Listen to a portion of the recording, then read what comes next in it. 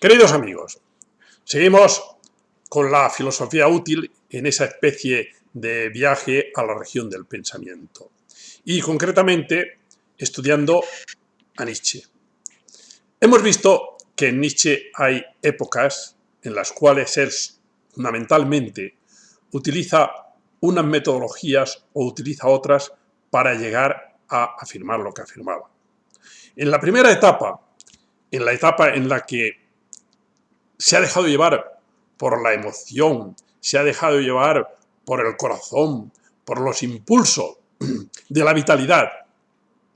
Una época que podríamos calificar como bastante romántica, aunque en realidad yo creo que hubo en toda su filosofía un romanticismo ideológico, un romanticismo, bueno, ideológico, un romanticismo de la imagen, un romanticismo del idealista, de intentar llegar a ese ideal que él pretendía. Pero bueno, sus momentos de autenticidad y de realismo existen.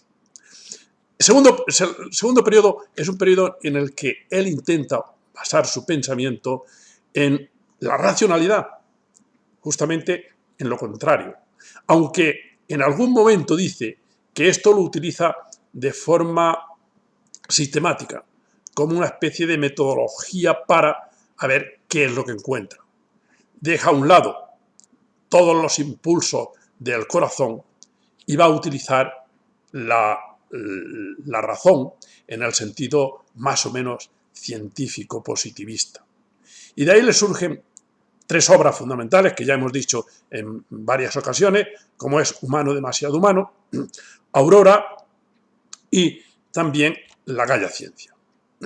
Son obras que, sin dejar de tener pensamientos de una fuerza emocional muy grande, intenta que estén controlados.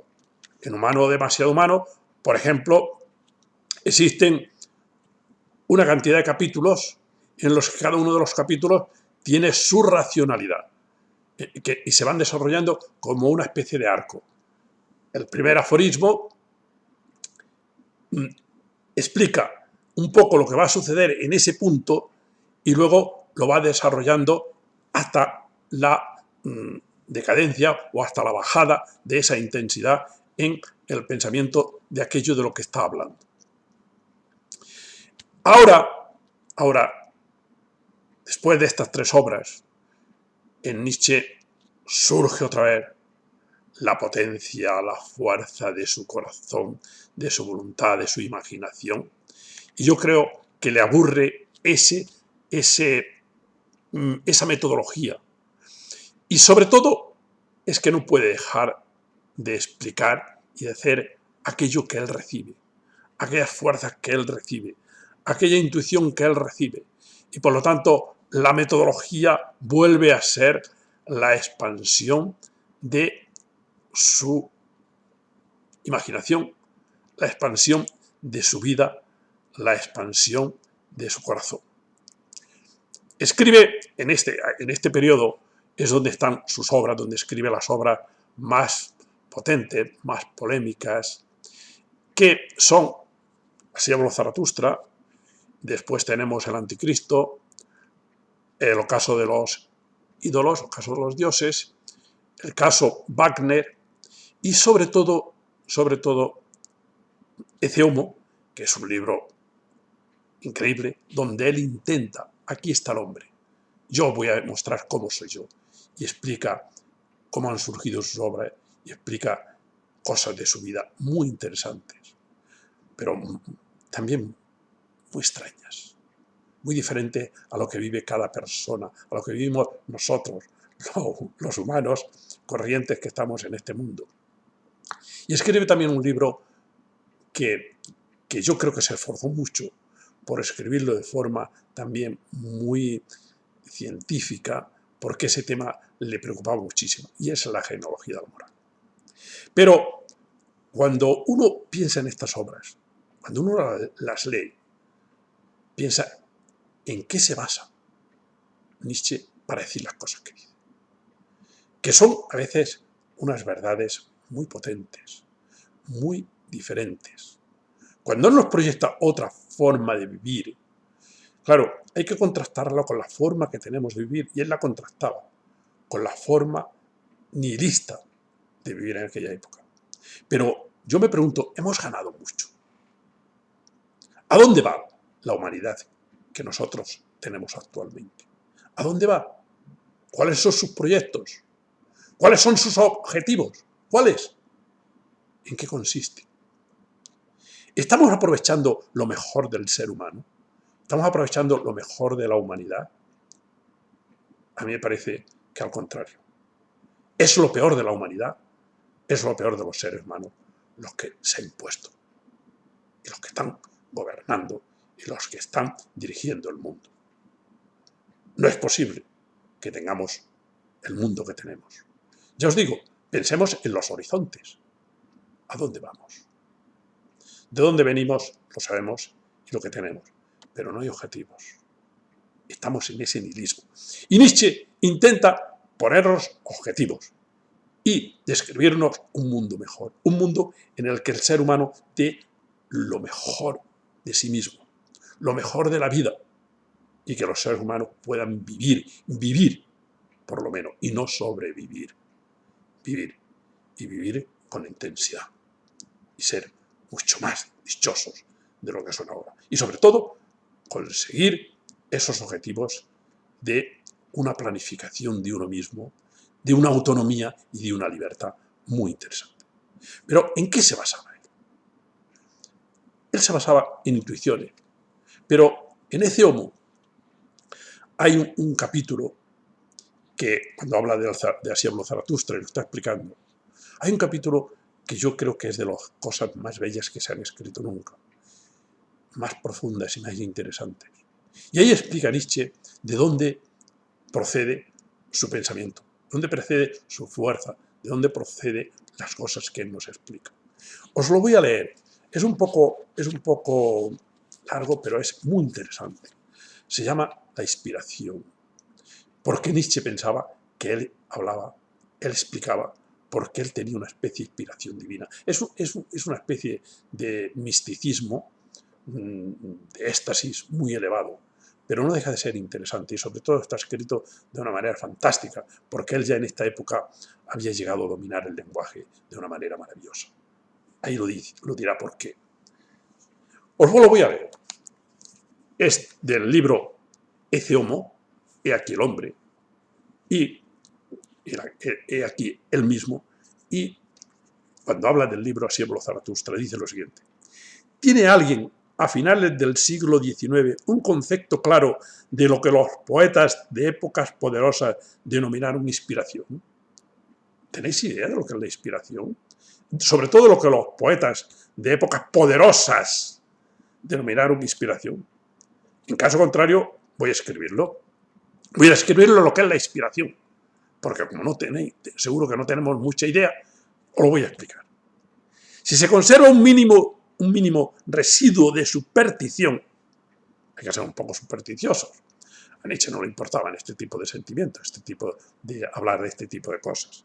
Si tenemos un poco de superstición, resultaría difícil rechazar la idea de ser mera encarnación. Es decir, vamos a dejarnos llevar por esta especie de superstición y pensar que esa persona es una mera encarnación, mero instrumento sonoro, mero medium de fuerza poderosísima. Él se considera que él es un medio. Él se considera que es una encarnación, que es un instrumento sonoro de esas fuerzas poderosísimas. El concepto de revelación, en el sentido de que de repente, con indecible seguridad y finura, se deja ver, se deja oír algo que le conmueve y trastorna a uno en lo más hondo. Es decir, aparece algo, aparece una revelación, y en esa revelación, de repente, con indecible seguridad y finura, se deja ver, aparece algo, él ve algo, se deja oír algo que conmueve y trastorna. ¿Qué es lo que nos conmueve y nos trastorna a nosotros actualmente? Pocas cosas nos conmueven y nos trastornan. No tenemos inspiración, No tenemos esa fuerza, no tenemos ese contacto con esas fuerzas poderosísimas. Trastornan a uno en lo más hondo. Describen sencillamente la realidad de los hechos. Esto, de estas fuerzas, de esta revelación, describe un poco lo que le pasa a él y lo que le pasa a las personas inspiradas. Se oye, no se busca, se toma, no se pregunta quién es el que da. Tú recibes, tú tomas, tú oyes. Como un rayo refulge un pensamiento. Mira, como un rayo, aparece con una fuerza, con necesidad y sin vacilación en la forma. Yo no he tenido jamás que elegir. Está claro. Él no ha tenido que elegir nunca, le ha venido impuesto. Con una precisión, con una energía, con una fuerza que era diferente de todo lo demás. Un éxtasis, cuya enorme tensión se desata a veces en un torrente de lágrimas. Un éxtasis en el cual unas veces el paso se precipita involuntariamente y otras se torna lento. Un éxtasis en el que una vez vas deprisa, aquello surge como la inspiración del poeta, surge con una rapidez impresionante, otras veces lentamente, pero siempre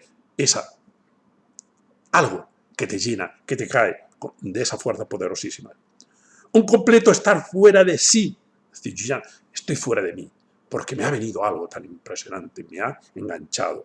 Estoy fuera de sí, es que estoy fuera de mí, es que ya no soy yo. Con la clarísima conciencia de un sinnúmero de delicados temores y estremecimientos que llegan hasta los dedos de los pies. Delicados temores y estremecimientos. Es lo que os decía el otro día como incorporación.